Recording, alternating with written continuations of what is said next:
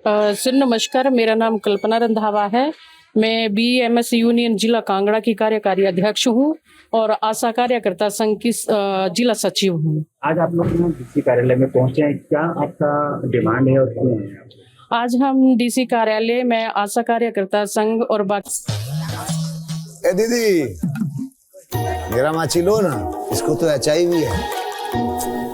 अब नहीं चलेगा। इससे गिफ्ट ना लेना, इसे तो HIV है ना।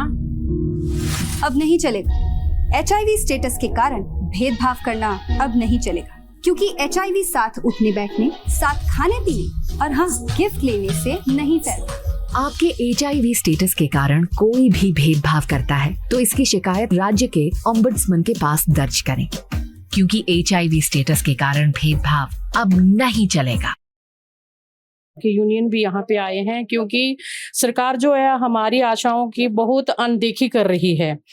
अभी पीछे हमारे एक डेपुटेशन जनरल सेक्रेटरी शिमला में मिलने गया था, तो वहाँ पे हमने डिमांड रखी थी कि आशा कार्यकर्ता संघ जो जितनी भी आशाएं हैं हमारे हिमाचल प्रदेश की लगभग जितनी आशा वर्कर हैं उनका मानदेय जो है वो 30,000 किया जाए, और जब तक मानदेय 30,000 नहीं होता है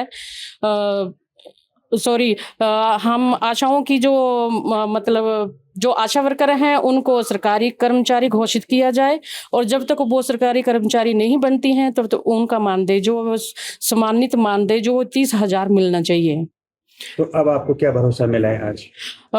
अभी हम डीसी सर से मिलके आए हैं। उन्होंने आश्वासन दिया है कि हम ये लेटर जो है वो प्रधानमंत्री तक पहुंचाएंगे, और हमारा मेन मोटिव यही है कि केंद्र सरकार और जो हमारी वर्तमान सरकार राज्य सरकार है वो हमारी अनदेखी ना करें। नहीं तो वर्तमान जो हमारी पीछे पूर्व वाली सरकार थी उस समय हम नहीं रुके थे, तो इस बार भी अगर आशा वर्करों ने आंदोलन किया तो इसकी जिम्मेवार खुद सरकार होगी। नमस्कार, मैं प्यार सिंह ठाकुर, प्रदेश अध्यक्ष हिमाचल परिवहन मजदूर संघ। आज 17 जुलाई 2026 को हम जिला कांगड़ा स्थित धर्मशाला मंडल में हमने ये एक सामूहिक सभी संगठनों सहित उपायुक्त धर्मशाला को अपना ज्ञापन सौंपा है, जिसमें बहुत से संगठनों के लोग यहाँ एकत्रित हैं और सभी की यही राय है और सभी का यही निवेदन है कि जो केंद्र सरकार द्वारा जो ये 4 कानून जो लागू किए हैं उस विषय पर जो औद्योगिक क्रांति में जो हमारे कर्मचारी हैं, जो औद्योगिक जैसे इंडस्ट्रियों में जो काम करते हैं, कोई जैसे पीस मेल रखे हैं हमारे, कोई जिनका मानदेय कम से कम सरकार अपनी मर्जी से किसी को कोई 300 रुपया 400 रुपया दिहाड़ी दे रही है, बिल्कुल हमने इसका विरोध किया है। और कम से कम भी जो केंद्र सरकार द्वारा जो नीतियां बनी हैं उसका जो हमारे औद्योगिक क्षेत्र में जो लोग काम कर रहे हैं उन कर्मचारियों का कम से कम जो है, जब तक सरकार उनको पक्का नहीं करती है तो उनका 30,000 रुपये वेतन जो है वो मिनिमम होना चाहिए। क्योंकि आज की इस महंगाई की तर्ज पर जो हमारे उद्योगों में जो कर्मचारी काम कर रहे हैं उसमें जैसे यहाँ पंजाब नेशनल बैंक है, सभी ब्रांचों के लोग हमारे बीच खड़े हैं, HRTC से हैं, आशा वर्कर हैं, IPH से हैं।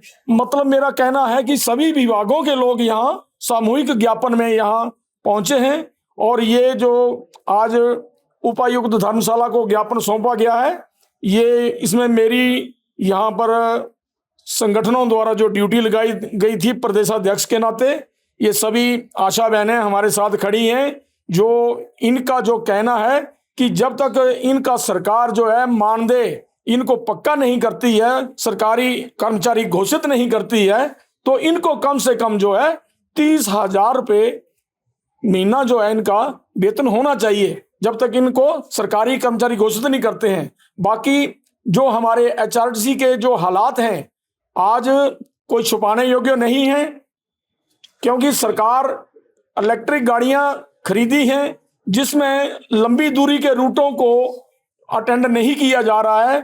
उसमें भी हमारे भौगोलिक दृष्टि के अनुसार यहाँ डीजल की गाड़ियों की आवश्यकता ज़्यादा है, क्योंकि जो पहाड़ी क्षेत्र है हमारा, भौगोलिक दृष्टि से देखा जाए तो हमें ये डीजल और पेट्रोल की गाड़ियां ही यहाँ पर बारह खाती हैं। ये यहाँ पर तो जितना ये इलेक्ट्रिक गाड़ी है ये प्लेन एरिया में ही सेवाएं दे सकती है। बाकी दुर्गम स्थानों पर जो बहुत ऊंची जो स्थानों पर जो गाड़ियां जहां ये जाने योग्य नहीं है, क्योंकि इनकी ऊंचाई भी कम है और ये प्लेन में ही यहाँ पर स्मार्ट सिटी में ही चलने योग्य है। तो मेरा माननीय सम्माननीय वर्तमान के मुख्यमंत्री सुखविंदर सिंह सुक्खू जी से निवेदन है कि पहले की तर्ज पर वर्तमान में भी आप डीजल की गाड़ियों को फ्लीट उतारा जाए, ताकि हम इस भौगोलिक दृष्टि से जो हमारा प्रदेश है समूचे हमारे कर्मचारी उनमें हर जगह सेवाएं दे सकें। बाकी जो सरकार की तरफ से जो कर्मचारियों की देनदारियां हैं, कम से कम 75 माह का जो अधिकतम समय दूरी भत्ता हो गया है कर्मचारियों का देने को, और 1/16 से कर्मचारियों का जो एरियर पेंडिंग है, तो इन देनदारियों के लिए भी सरकार जो है वो जल्द से जल्द भुगतान करे। मैं इन्हीं शब्दों से अपनी वाणी को विराम देता हूं।